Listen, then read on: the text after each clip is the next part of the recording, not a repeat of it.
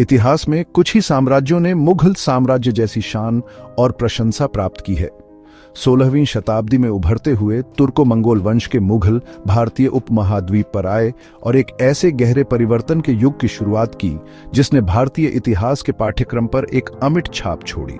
Indo Ganga के उपजाऊ मैदानों से लेकर दक्कन के शुष्क परिदृश्यों तक मुगलों ने अपना प्रभुत्व स्थापित किया, एक जीवंत और समृद्ध साम्राज्य की नींव रखी जो सदियों तक कायम रही।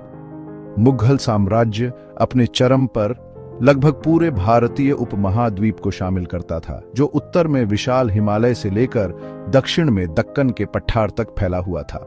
मुगल ध्वज के तहत एक साथ लाया गया यह विशाल और विविध क्षेत्र संस्कृतियों, भाषाओं और परंपराओं का एक संगम बन गया, जिसने भारतीय समाज की समृद्ध टेपेस्ट्री में योगदान दिया। अपने परिष्कृत स्वाद और कला के संरक्षण के लिए जाने जाने वाले मुगलों ने सांस्कृतिक उत्कर्ष के स्वर्ण युग की शुरुआत की। शानदार स्मारकों, उत्तम चित्रों और कालातीत साहित्यिक कृतियों की विरासत को पीछे छोड़ दिया। अपने सांस्कृतिक योगदान से परे मुगलों ने खुद को चतुर प्रशासकों के रूप में प्रतिष्ठित किया। शासन की एक केंद्रीकृत प्रणाली स्थापित की जिसने भारतीय उपमहाद्वीप में बहुत आवश्यक स्थिरता लाई। उनकी कुशल राजस्व प्रणाली एक मजबूत सेना के साथ साम्राज्य के सुचारू संचालन को सुनिश्चित करती थी, आर्थिक विकास और समृद्धि को बढ़ावा देती थी। अपने करिश्मे और राजनीतिक कौशल के लिए जाने जाने वाले मुगल सम्राटों ने एक विशाल और विविध साम्राज्य पर शासन करने की जटिलताओं को चतुराई से पार किया। मजबूत केंद्रीकृत शासन की विरासत को पीछे छोड़ दिया, जो बाद के भारतीय शासकों को प्रभावित करेगा। अपनी कई उपलब्धियों के बावजूद मुगल साम्राज्य अपनी खामियों के बिना नहीं था। मुगल शासन के बाद के वर्षों में गिरावट और विघटन देखा गया, जिसका समापन उनकी शक्ति के क्रमिक क्षरण और कभी शक्तिशाली साम्राज्य को ब्रिटिश औपनिवेशिक शासन के अधीन कर दिया गया। हालांकि भारत के सांस्कृतिक, स्थापत्य और प्रशासनिक ताने बाने से गहराई से जुड़ी मुगलों की विरासत इतिहासकारों और उत्साही लोगों की कल्पना को समान रूप से मोहित करती रहती है, जो इतिहास के सबसे उल्लेखनीय साम्राज्यों में से एक की भव्यता और स्थायी प्रभाव के प्रमाण के रूप में कार्य करती है। 3 शताब्दियों से अधिक समय तक फैले मुगल वंश ने उल्लेखनीय शासकों का उत्तराधिकार देखा, जिनमें से प्रत्येक ने साम्राज्य के प्रक्षेप वक्र पर अपनी विशिष्ट छाप छोड़ी। संस्थापक बाबर, जो तैमूर और चंगेज खान के वंशज थे, से लेकर अंतिम मुगल सम्राट बहादुर शाह जफर द्वितीय, जो ब्रिटिश निर्वासन के तहत एक दुखद अंत से मिले। मुगल वंश में पात्रों की एक ऐसी कास्ट है जो उनके द्वारा शासित साम्राज्य जितनी ही मनोरम है। मुगल गाथा की शुरुआत ज़हीरुद्दीन मोहम्मद बाबर से होती है, जो विजय की प्यास वाला एक मध्य एशियाई राजकुमार था। 1526 में बाबर ने अपनी अनुभवी सेना का नेतृत्व करते हुए पानीपत की पहली लड़ाई में लोदी वंश को हराया, जिसने भारत में मुगल साम्राज्य की उत्पत्ति को चिह्नित किया। एक कुशल सैन्य रणनीतिकार और परिष्कृत साहित्यिक रुचि के व्यक्ति, बाबर ने एक ऐसे राजवंश की नींव रखी जो हमेशा के लिए भारतीय इतिहास के पाठ्यक्रम को बदल देगा। बाबर के संस्मरण बाबरनामा इस उल्लेखनीय सम्राट के जीवन और समय में अमूल्य अंतर्दृष्टि प्रदान करते हैं। उनके सैन्य अभियानों, उनके व्यक्तिगत प्रतिबिंबों और एक विदेशी भूमि में एक साम्राज्य स्थापित करने की चुनौतियों का प्रत्यक्ष विवरण प्रदान करते हैं।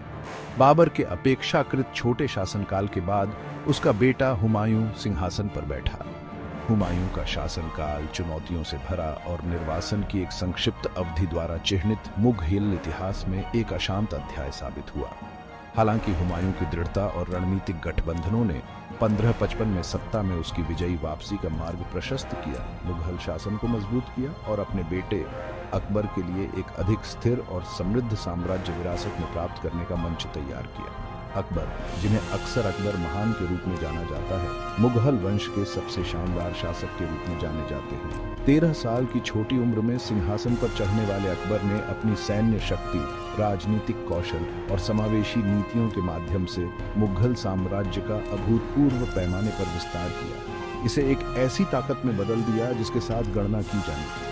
उनका शासनकाल धार्मिक सहिष्णुता, प्रशासनिक सुधारों और कला और संस्कृति के संरक्षण द्वारा चिह्नित मुगल साम्राज्य के लिए एक स्वर्ण युग की शुरुआत हुई, जिसने भारतीय इतिहास में सबसे प्रसिद्ध शासकों में से एक के रूप में अपना स्थान मजबूत किया। मुगल युग फारसी, मध्य एशियाई और भारतीय कलात्मक परंपराओं के सामंजस्यपूर्ण मिश्रण का प्रमाण है, जिसके परिणाम स्वरूप एक अनूठा और शानदार सांस्कृतिक संलयन हुआ। अपने परिष्कृत स्वाद और कला के संरक्षण के लिए प्रसिद्ध मुगल सम्राटों ने पूरे साम्राज्य और उसके बाहर से प्रतिभाशाली कलाकारों, संगीतकारों, कवियों और वास्तुकारों को आकर्षित किया, जिससे रचनात्मकता और नवाचार का एक जीवंत वातावरण बना। मुगल वास्तुकला साम्राज्य की भव्यता का एक स्थायी प्रतीक, अपने राजसी पैमाने, जटिल विवरणों और सामंजस्यपूर्ण अनुपात की विशेषता है। लाल बलुआ पत्थर, सफेद संगमरमर, उत्तम सुलेख और पियत्रा दूरा जड़ना का उपयोग मुगल स्थापत्य सौंदर्य शास्त्र का पर्याय बन गया। ताजमहल, जिसे सम्राट शाहजहां ने अपनी प्यारी पत्नी मुमताज महल की याद में बनवाया था, मुगल वास्तुकला की एक अद्वितीय कृति है जो साम्राज्य की स्थापत्य कौशल और प्रेम और हानि के कालातीत प्रतीक का प्रमाण है। वास्तुकला से परे मुगल कलात्मक प्रतिभा लघु चित्रों से लेकर जटिल वस्त्रों तक विभिन्न रूपों में अभिव्यक्ति पाई। मुगल लघु चित्र अपने जीवंत रंगों, नाजुक ब्रशवर्क और दरबारी जीवन के यथार्थवादी चित्रण के लिए जाने जाते हैं। शोधन के नए ऊंचाइयों पर पहुंच गए। मुगल दरबार उत्तम वस्त्रों के उत्पादन का केंद्र बन गया, जिसमें बारीक बुने हुए रेशम, शानदार मखमल और जटिल कढ़ाई वाले कपड़े शामिल थे, जिन्हें दुनिया भर के पारखी लोगों ने पसंद किया। प्रशासन के क्षेत्र में मुगलों ने फारसी और भारतीय परंपराओं से प्रेरणा लेते हुए शासन की एक केंद्रीकृत प्रणाली लागू की। साम्राज्य को प्रांतों में विभाजित किया गया था। प्रत्येक का नेतृत्व सम्राट द्वारा नियुक्त एक राज्यपाल करता था। भूमि मूल्यांकन और कर संग्रह पर आधारित एक मजबूत राजस्व प्रणाली ने शाही खजाने में आय का एक स्थिर प्रवाह सुनिश्चित किया, जिससे मुगल अपनी विशाल सेना को बनाए रखने और महत्वाकांक्षी निर्माण परियोजनाओं को निधि देने में सक्षम हुए। मुगल साम्राज्य ने अपने अंतिम पतन के बावजूद आधुनिक भारत के सांस्कृतिक, भाषाई और पाक परिदृश्य पर एक अमिट छाप छोड़ी है। मुगल प्रभाव भारतीय समाज के विभिन्न पहलुओं में व्याप्त है। इसके स्मारकों की भव्यता से लेकर इसकी पाक परंपराओं की समृद्धि तक मुगल विरासत आधुनिक भारत की पहचान को आकार देती रहती है, जो उपमहाद्वीप पर साम्राज्य के स्थायी प्रभाव की याद दिलाती है। मुगल काल में एक समन्वित इंडो फारसी संस्कृति का विकास हुआ, जिसमें फारसी और भारतीय परंपराओं के तत्वों का मिश्रण था। उर्दू एक ऐसी भाषा जो मुगल काल के दौरान फारसी और हिंदी से बहुत अधिक आकर्षित होकर उभरी, मुगल दरबार की भाषा बन गई और आज भी भारत और पाकिस्तान में लाखों लोगों द्वारा बोली और पोषित की जाती है।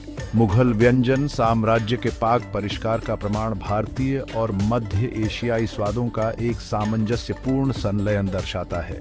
मुगल सम्राट अपनी भव्य दावतों और विस्तृत पाक परंपराओं के लिए जाने जाते हैं।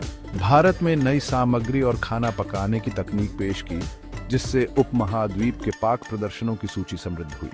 बिरयानी, कबाब और समृद्ध मलाईदार करी जैसे व्यंजन मुगल व्यंजनों के मुख्य आधार पूरे भारत और उसके बाहर स्वाद कलियों को लुभाते रहते हैं, जो साम्राज्य की स्थायी पाक विरासत का प्रमाण है। ताजमहल, लाल किला और फतेहपुर सीकरी सहित मुगल साम्राज्य के स्थापत्य चमत्कार हर साल लाखों आगंतुकों को आकर्षित करते रहते हैं, जो साम्राज्य के स्थापत्य कौशल के प्रमाण के रूप में कार्य करते हैं और भारत के पर्यटन उद्योग में महत्वपूर्ण योगदान देते हैं। यूनेस्को की विश्व धरोहर स्थलों के रूप में संरक्षित ये शानदार संरचनाएं न केवल पर्यटकों को आकर्षित करती हैं, बल्कि दुनिया भर के वास्तुकारों और कलाकारों के लिए प्रेरणा स्रोत का काम करती है।